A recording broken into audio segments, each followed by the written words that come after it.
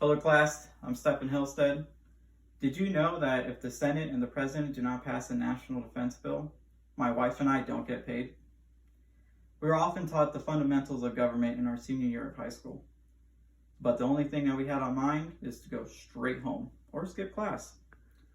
But looking back as an adult, if we don't know the fundamentals of government, all these laws and bills that get passed or denied affects our lives today. Like I said earlier, we took American government class in our senior year of high school, but my career is in the military, which is at the federal level. So every bill and law that gets passed affect my career.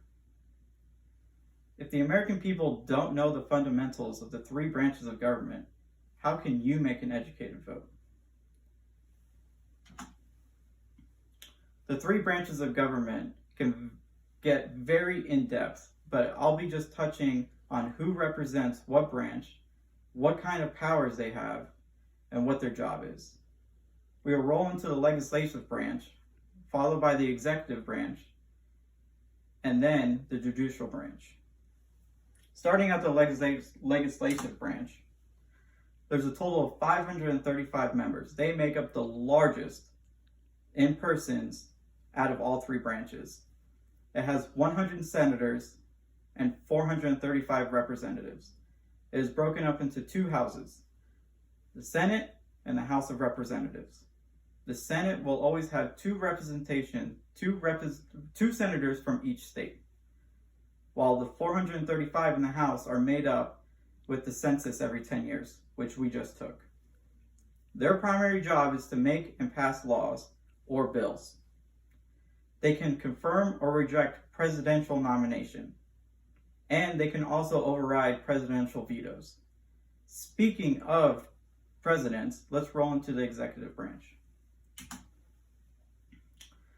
The executive branch is the most famous around the world because of who sits at the top of it. It is the President of the United States. It is made of the President, the Vice President, and his cabinets. Like stated earlier, the President can nominate a cabinet member, but it's the Senate who confirms it. Their primary role is to carry out and enforce laws. He can veto bills that come through and appoints justices when one retires or dies. Speaking of justices, let's roll into the judicial branch. The judicial branch is made up of 9 members. They are called the Supreme Court.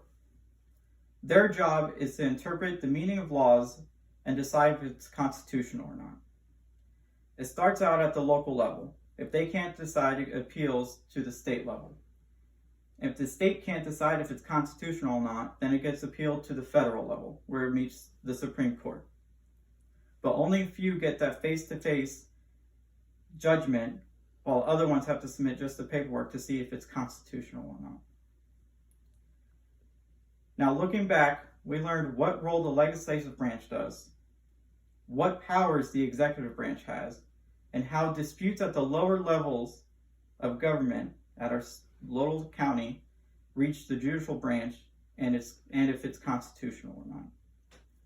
If the American people don't know the fundamentals of the three branches of government, how can you make an educated vote? Now knowing just the basics of the branches, I hope you and your family are more educated on the power, people, and jobs they hold that could affect our lives.